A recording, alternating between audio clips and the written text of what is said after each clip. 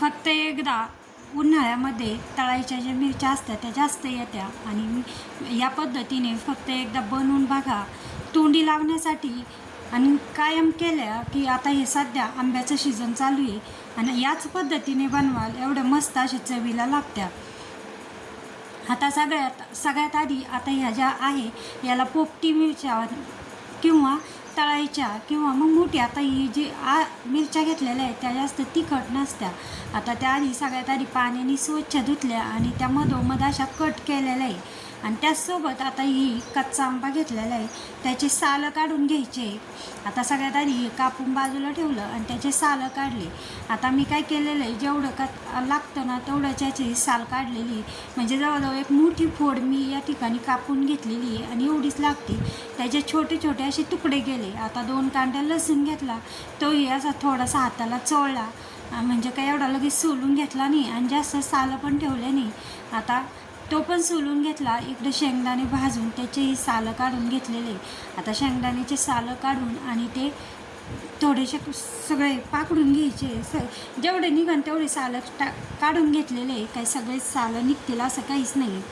आणि आता हे तिन्ही जे आहे साहित्य लसूण शेंगदाणे आणि कच्चा आंबा तो छोट्या फोडी केलेल्या आहे. आता सगळ्यात आधी तो कच्चा आंब्याच्या ज्या फोडी आहे ना त्या मी आधी मिक्सरच्या भांड्यामध्ये वाटून घेणार आहे. पण त्याआधी 1 चमचा धने घेतले. धन्याने मस्त अशी चव येते याला. आता मिक्सरचं भांडं घेतलेलं आहे. शेंगदाण्याचा कूटच काढलेला होता मग तसंच घेतलं आणि त्यामध्ये आता कच्चा आंब्याच्या ज्या छोट्या फोडी केलेल्या आहेत त्या टाकल्या. आता ह्या पाणी न घालता आता हे जे वाटायचं आहे ते पाणी न घालता असं वाटलेलं आहे कारण या आंब्यामध्ये थोडासा ओलचटपणा असतो. लसूण आणि धने टाकले तेही वाटून घेतले. त्यानंतर जे शेंगदाणे जेवढे निघन तेवढे सालं भाजून घेतलेले शेंगदाणे ते टाकले आणि त्याची याची पेस्ट बनवून घेतलेली आहे. आता हा जो आहे मिक्सरच्या भांड्यातून तो मसाला काढून घेतलेला आहे एका ताटात. आता त्याच्यात काही मसाले टाकायचे.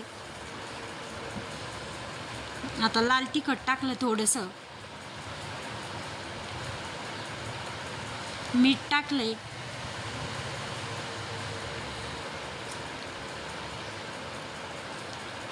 थोडीशी कापून घेतलेली कोथिंबीर.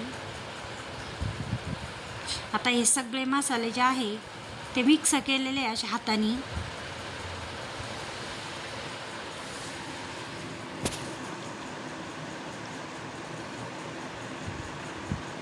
आता हे मसाला जो आहे बनवलेला कच्च्या आंब्याचा तो या मिरच्यांमध्ये असा दाबून असा घालायचा आहे.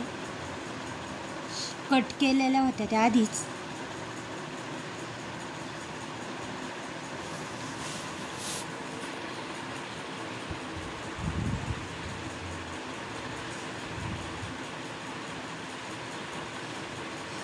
आता सगळ्या मिरच्यांमध्ये मसाला घालून झालेला आहे. आता पोळ्याचा चपात्या केल्या तो तवा होता त्याच्यातच थोडंसं तेल टाकलं. 1 कांदा कापून घेतला. आता मिरच्या किती आहे त्यानुसार कांदा चांगला लाल होऊन दिला. कांद्यामध्ये थोडंसं मीठ टाकायचं.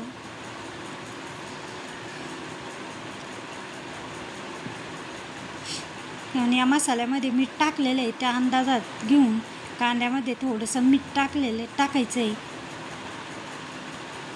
आणि आता या मसाला घातलेल्या मिरच्या या लाल झालेल्या कांद्यामध्ये ठेवून द्यायच्या. आता गॅस कमी केलेला आहे.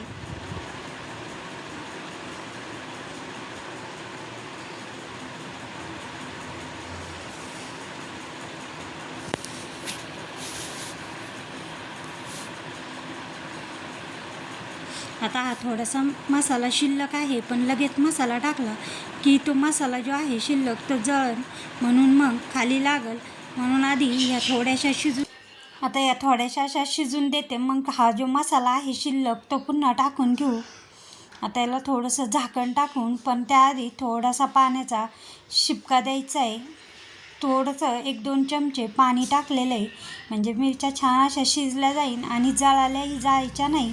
आता तो जो मसाला आहे तो पण टाकलेला आहे. थोडासा पाण्याचा शिपका दिल्यानंतर आणि मसाला असा टाकला आहे की मिरच्यांना लागल असा टाकलेला आहे. आता झाकण ठेवून थोड्या कमीच गॅस ठेवलेला आहे आणि कमी गॅसमध्ये 5 मिनटामध्ये ही तोंडी लावण्यासाठी ही आपली मिरची बनवून झालेली आहे.